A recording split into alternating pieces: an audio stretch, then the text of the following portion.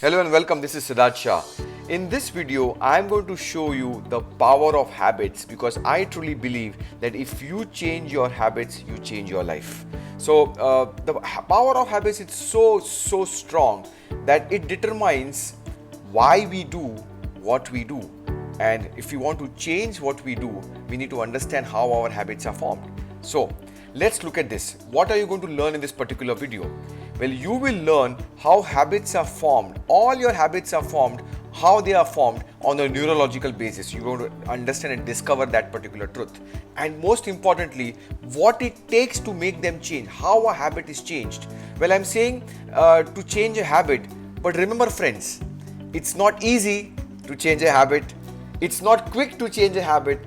It's not even simple to change a habit, but it is possible. Well, that's important. Any habit can be changed, and that's the real reason that when you develop powerful habits, you become a winner in life, you become the number one in your industry, you become unstoppable, and you achieve all your goals. So let's understand how do you define a habit. A very simple definition of habit, and this is my particular definition how I look at this. A habit is something that you keep on doing again and again and again and again and again. So there's no stoppage to it. You just keep on doing again and again and again. And that's the simplest way of how you define a habit. Now, did you know this important fact that there was this research done where 40% of our daily actions is based on our habits? Yes, my friends, this was done in Duke University. And when we talk of habits versus decision making, what it means that we are not taking decisions and most of our actions are habitual. Well, that's really alarming. So if you look at the entire actions which you do on a daily basis, well, 40% of your actions, you're not taking any conscious decision. That all is habitual behavior. And that's really the real reason why you need to understand this power of habits, because almost 40% of our actions is habitual. And over this period of time, we get some bad habits. Like I'll tell you some of the bad habits which we have got. Maybe drinking a lot of coffee or tea. Maybe biting our nails. Yeah, that's a bad habit. Maybe smoking. That's a bad habit. Alcohol. That's a bad habit. Maybe snoozing our alarm. That's a bad habit. All of these are bad habits. And in this video, if you remain till the end, I promise you that you can break any bad habit which you want if you understand and follow exactly the way I tell you to do in this particular video. Now, how are habits formed? To understand basically how are habits formed, there is this process called as chunking. It's a chunking process. And what is chunking? Chunking is a group of actions which is done sequentially, and that group of actions is basically one chunk. So the process in which the brain converts a sequence of actions into an automatic routine is known as chunking. And then this is at the root of how habits are formed. I'll give you a simple example. Let's say when you get up in the morning, you pick up the toothpaste with your left hand and you have a toothbrush in your right hand, and you brush your teeth. So all of these habitual things of what to do with your left, what to do with your right hand, well, that is all one piece of action. And when you group all these actions together, well, that is called as chunking, and that is the root of how a habit is formed. And why do habits emerge? Well, if you really understand this, why do our habits emerge? Because our brain is very lazy. Yes, my friends, our brain is very lazy. I mean, it doesn't like to take decisions again and again. So once you decide one thing and that's like imprinted as a habit, your brain will say, oh, now I am not going to take any decision again and again every day. It's decided, it's a habit now. So our brain is very lazy. Habits emerge because the brain is constantly looking for ways to save effort. And that's the real reason why habits emerge, because there is no decision making involved, it's all habitual. The brain will try to make almost any routine into a habit, and that's the real reason this effort saving instinct is a huge advantage which makes it into a habit.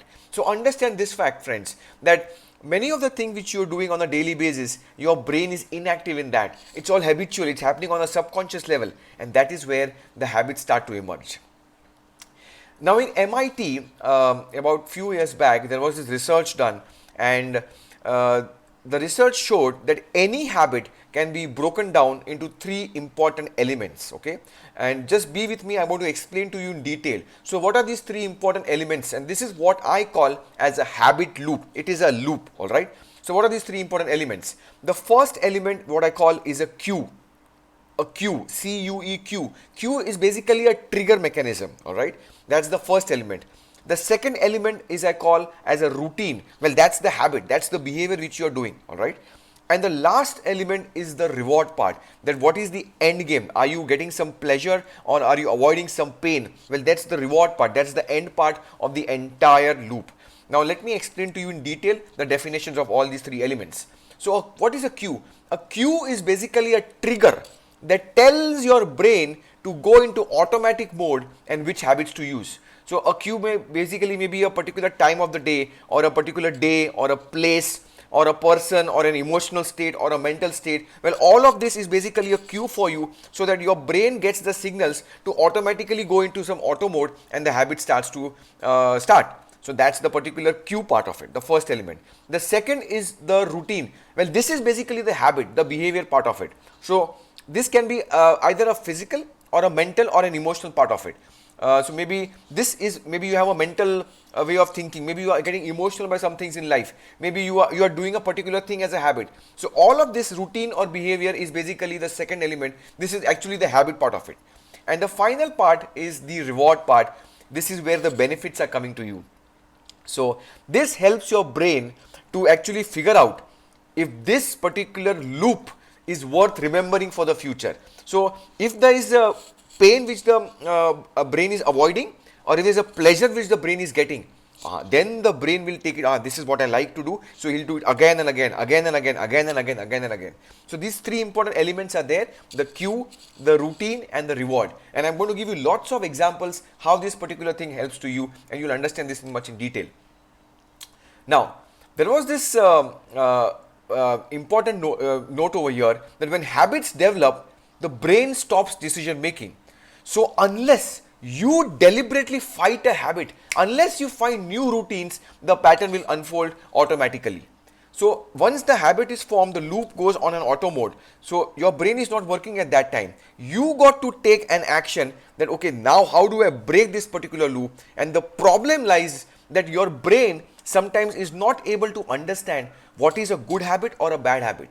Why do you think that smokers keep on smoking cigarettes even if there are this dangerous photographs of people with cancer and all that stuff?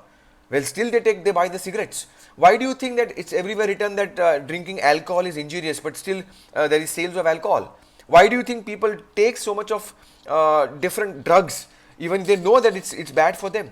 Because your brain sometimes stops to take action and is whether it's a good habit or a bad habit. And this is the real importance for you, that how you can break a bad habit without willpower, without persistence is not possible. Now, how do you form a good habit? How do I get a good habit? Simple two rules to be there. Rule number one, find a simple and obvious cue. Find a simple and obvious cue, like a trigger mechanism for you, that okay, this is the trigger for me to start a particular routine, all right? And what's the second? The second rule is clearly define the rewards. Most of the time, the rewards are not clear. They are disguised. You might feel, okay, you're doing a particular habit for a certain reward, but there is a hidden reward which you're not aware of it. And I'm going to explain to you how this is happening in the further next few minutes. So I'll give you a simple example. There was this research done in New Mexico State University where about 2,500 plus people were researched, that why do you go to the gym or why do you work out on a daily basis? And the research was really, really alarming. 92% people said that they habitually exercised because it made them feel good about it. And 67% of people said that working out gave them a sense of accomplishment. That's the real reason. It's not about weight loss. It's not about weight gain. It's not about that lifestyle disease, but it's about feeling of accomplishment, feeling good. Now, if this is the real reward, let's understand what could be the cues for it. Okay, what are the trigger points? Some simple examples for you. Maybe the cue could be an alarm kept at a particular location. Well, you see, some people are very creative. They keep an alarm outside of their room because that helps them to get up out of your bed and shut the alarm. Well, that could be a cue for you. Maybe leaving your running clothes next to your bed. that as soon as you get up in the morning, you see your running clothes and you say, yeah, this is where I want to go and actually go for my workout. Well, that could be the cue for you. Sleeping at a particular time, because when you sleep at a particular time, your mental program is like this: oh, I have slept at a particular time, I have got my enough sleep, so I'm going to get up in the morning and I'm going to go for my workouts. That could be a cue for you. Keeping your sneakers at a particular place. Well, I have seen people who have kept their sneakers or walking or jogging shoes at such a place that as soon as they come out of their bed, both their feet go and land in their sneakers. Well, that's a cue for them that reminds them, oh, now I need to run and go for my jog. Well, all this could be cues. I'm giving you simple examples so you understand what is the cue part of it. Now let's look at what are the rewards part. Okay. So let's say if you go for a jog or if you've done your workouts, or you would say, okay, I'll have a midday treat. Maybe I'll take a cookie today. I deserve that. Maybe I'll have an ice cream today because I've done my workouts. I deserve that. That's a midday treat for you. A sense of accomplishment which you feel. Yeah, I feel good about it, man. I told myself I'll go to the gym and I went to the gym. That could be the reward for you. Recording some steps. Maybe there are some instruments right now like Fitbits, etc., where you record your daily steps and then you post it on social media and you get a lot of recognition. That could be the reward for you. An endorphin rush. Maybe you go for that second win and you get that real endorphins in your brain. That could be a reward for you. Well, any of this could be a reward for you, including a smoothie after each workout. Yeah, I want that smoothie, but I will have that smoothie only after I work out. That could be a reward for you. So all this could be a reward for you. So a cue is basically a trigger point for you to do the particular action, and the reward is basically something which you get as increasing your pleasure or reducing your pain. Now let's deep dive into this, that what is the formula of a habit. Simple 3-step formula. The habit loop, I repeat it again, it's the cue, the routine and the reward that makes a habit. Now if you understand things, this is very simple. Well, it is very simple, but there is one missing element. There is one missing element in this, that if you are not able to understand this cue, routine, reward, if this missing element is not there, this loop will not work. What is this missing element? The missing element is something which I call as a craving part. You got to have a craving. You got to have a craving for the reward. The cue, in addition to triggering a routine, must also trigger a craving for the reward to come. There should be a real need for the reward to come. And this craving is what powers the habit loop.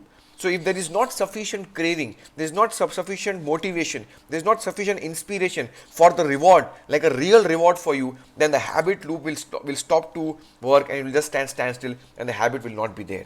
So that craving part is the missing element, and if you put this in the center of your loop, then your habit loop starts to work. It starts to work. It goes bigger, and your habits start to develop in your life. Now, habit loop with craving, I'll give you a simple example on this, okay? Now, bad habits of checking notifications. Let's look at this habit, that I've got bad habits. Maybe our WhatsApp notification is coming all the time. Maybe we have got email notifications coming on our laptop screen, etc. Well, that's a bad habit for us. We keep on distracting ourselves. We are not able to focus on our work. Well, that's a bad habit. So look at this particular picture. The cue is basically the notification. That notification starts our routine of getting distracted from our work. And what's our reward? We are getting bored by our work. We want a break from our work. So we say, what's new happening right now? Which is that new mail coming up? Okay, what is that notification talking about? So you actually get a break, and that's the reward for you. Well, that's a simple way of looking at the habit loop, where there's a cue, the routine and the reward part of it. The craving brain is what makes your cues and rewards work. That craving is what powers the habit loop. So if you are not having that strong craving, it is not going to work for you. Okay. Now, do you want to know the golden rule of habit change? Well, I'll tell you friends, if you understand this, this is a real golden rule, and this is based on hardcore research in MIT. Okay. And you'll find it very interesting that what is this golden rule? Rule number 1. Okay. You can't extinguish a bad habit. The habit just doesn't disappear like that. You can't extinguish a bad habit. You can only change it. You can alter it. You can mold it. So what you got to do, use the same cue. Don't change the cue. Use the same cue. Use the same reward also. The reward also remains the same. So out of these 3 elements, the cue and the reward remains the same, but the routine changes. and that's where the habit starts to alter. I'll give you an example for this. Look at this. Say a person is really getting really working hard the whole day in the office, and in the end of the day he's so tired and say, oh, I had a very bad horrible day and I need a drink at the end of the day. Okay, that's the habit, that he has a drink at the end of the day because he's so tired. So the cue remains the same. All right.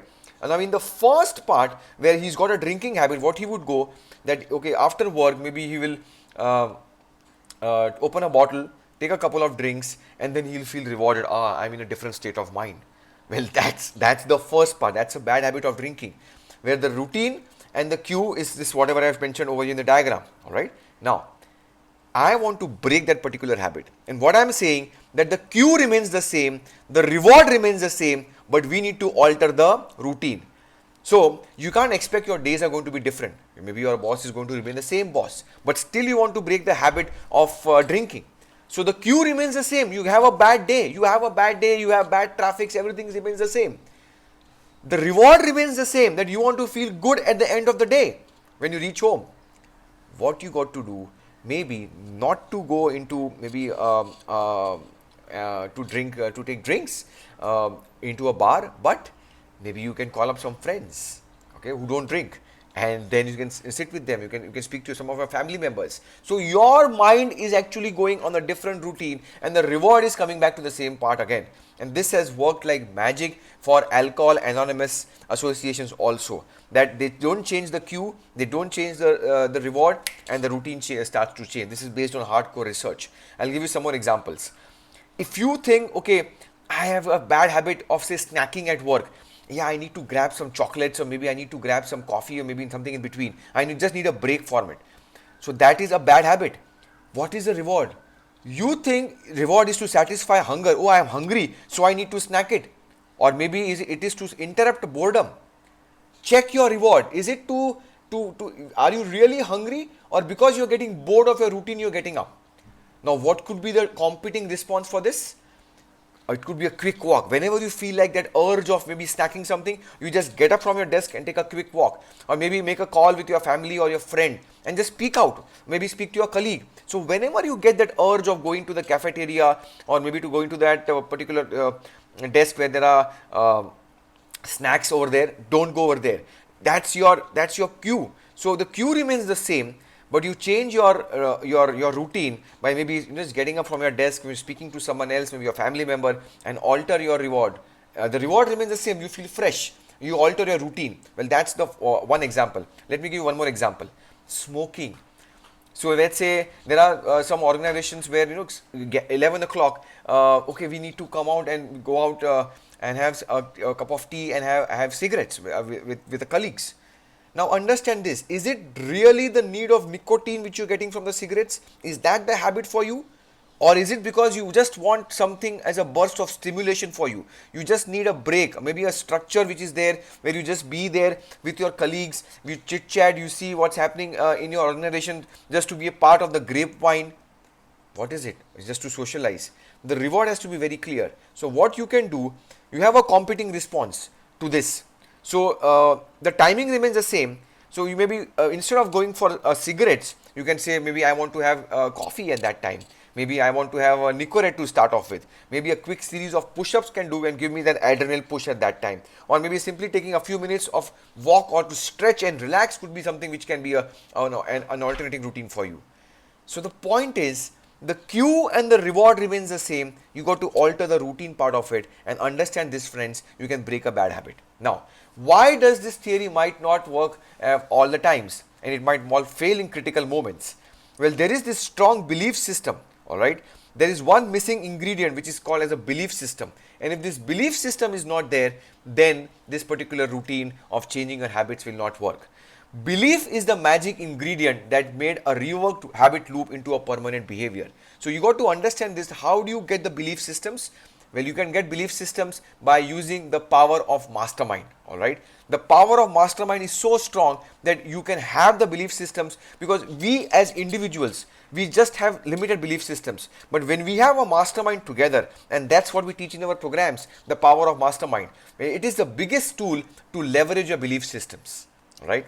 Now, Belief is easier when it occurs within a community. To finally wrap it up, I want to give you something which I call as a keystone habit.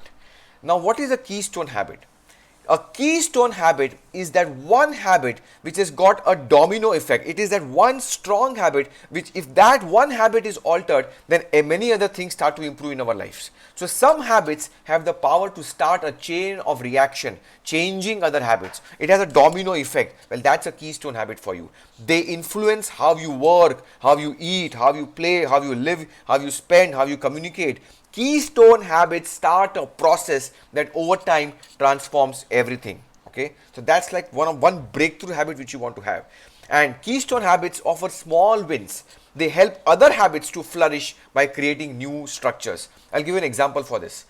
Well, people say, I want to know what is my keystone habit, and then I sit with them and understand. And some people say, hey, yes, if I get up in the morning, maybe 1 hour early, let's say I want to get up at 5 o'clock. Every day I want to get up at 5 o'clock in the morning. Well, yes, if I get up early in the morning, I'll get some me time for myself. I can do some research. I can do something for my physical exercise. I can reach my office on time. I can avoid the traffic. I can increase my productivity. I can increase my results. Well, that one thing of getting up early in the morning at 5 o'clock can have a domino effect. So perhaps a keystone habit could be getting up early in the morning at 5 o'clock. So you decide what is a keystone habit for you, and then understand this particular habit loop and develop that keystone habit. Simple 4 action points for you, and you are ready for this particular video module to be implemented in your life. Action point number 1, identify the routine of your habit. Identify the routine of your habit. That what is the habit? Really identify it. Is it maybe snacking? Is it taking cigarettes at a particular time of the day? Maybe is it snoozing? Identify the routine part of it. Action point number 2, experiment with the rewards. Perhaps you think that you are hungry, that's the reason you are snacking. Perhaps you think you need that nicotine, that's the reason you are smoking cigarettes. Well, that's not the reward. The reward can be something else. So try different types of rewards, and hey, is this the real reward? Do I really require the food? Am I really hungry? Do I really require that nicotine? Maybe not. There's some different rewards which you're looking at. So experiment with your rewards. And finally, third point, isolate the cue.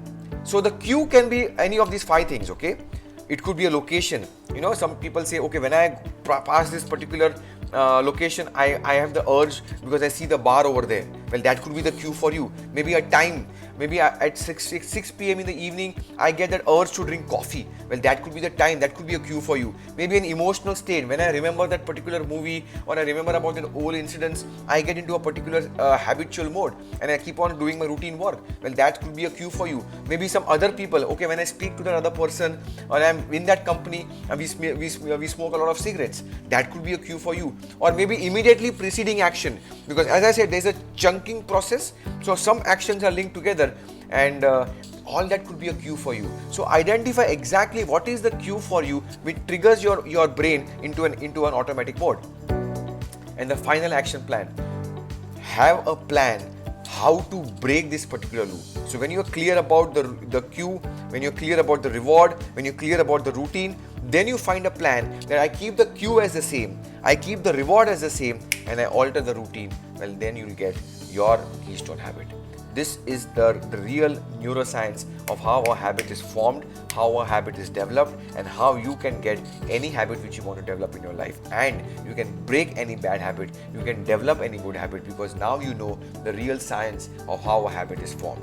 Well, which habit you want to have as a keystone habit for you in 2020? Write down your comments over here. What is that one keystone habit which you want to develop, and I'll support you. One of my teammates, one of my colleagues will support you to develop that particular habit. So write down your comments over here. Which is that keystone habit which you want? Share this particular video, like our YouTube channel, subscribe to our channel, and write down what kind of videos which you want to listen to. This is Sidharth Shah. I am not a life coach, I am not a business coach, I am not a law of attraction coach, I am not a law of manifestation coach. I am an expert on Think and Grow Rich. Thank you very much. Bye bye.